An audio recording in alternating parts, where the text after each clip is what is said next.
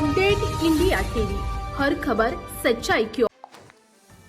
उपविभागीय अधिकारी राळेगाव यांच्या नेतृत्वात महसूल पथकाने अवैधरित्या वाहतूक करणाऱ्या 10 ट्रॅक्टर पकडून वडकी पोलीस स्टेशनमध्ये केले जप्त।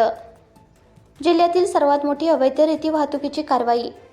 राळेगाव तालुक्यातील जुल्लर येथील वर्धा नदीपात्रातून अवैधरित्या रेतीची वाहतूक 3 दिवसापासून सुरू असल्याची माहिती विशाल खत्री उपविभागीय अधिकारी राळेगाव यांना मिळाली।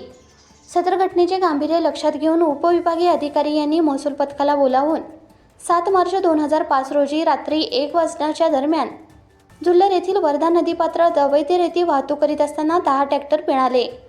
ट्रॅक्टर क्रमांक MH29 AK 1298 परिचित रमेश फुटाणे यांच्या मालकीच्या ट्रॉलीसह, ट्रॅक्टर क्रमांक MH29 BC 2434 कुणाल रवींद्र ठाकरे यांच्या मालकीचा ट्रॉलीसह, ट्रॅक्टर क्रमांक MH29 AK 6762 दिनेश बाबाराव काळे यांच्या मालकीच्या ट्रॉलीसह, ट्रॅक्टर क्रमांक MH29 BC 0857 ब्रह्मानंद पुंडलिक कोरडे यांच्या मालकीच्या ट्रॉलीसह, ट्रॅक्टर क्रमांक MH29 AK 1180 विनोद शंकर देवकर यांच्या मालकीच्या ट्रॉलीसह, MH29 BP 4028 कुणाल अविनाश शिंदे यांच्या मालकीच्या ट्रॉलीसह, MH29 AK 1336 स्वप्नील भाऊराव महले यांच्या मालकीच्या ट्रॉलीसह,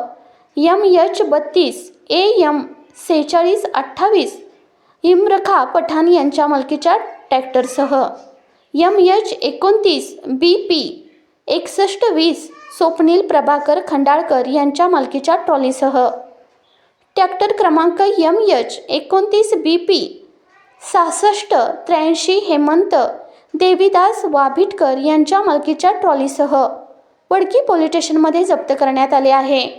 त्यामुळे तालुक्यातील अवैधरित्या वाहतूक करणाऱ्यांचे धाबे चांगलेच दणाणले आहेत। यवतमाळ जिल्हा प्रतिनिधी विनोद माहुरेसह विठ्ठल झाडे, वडकी सर्कल प्रतिनिधी।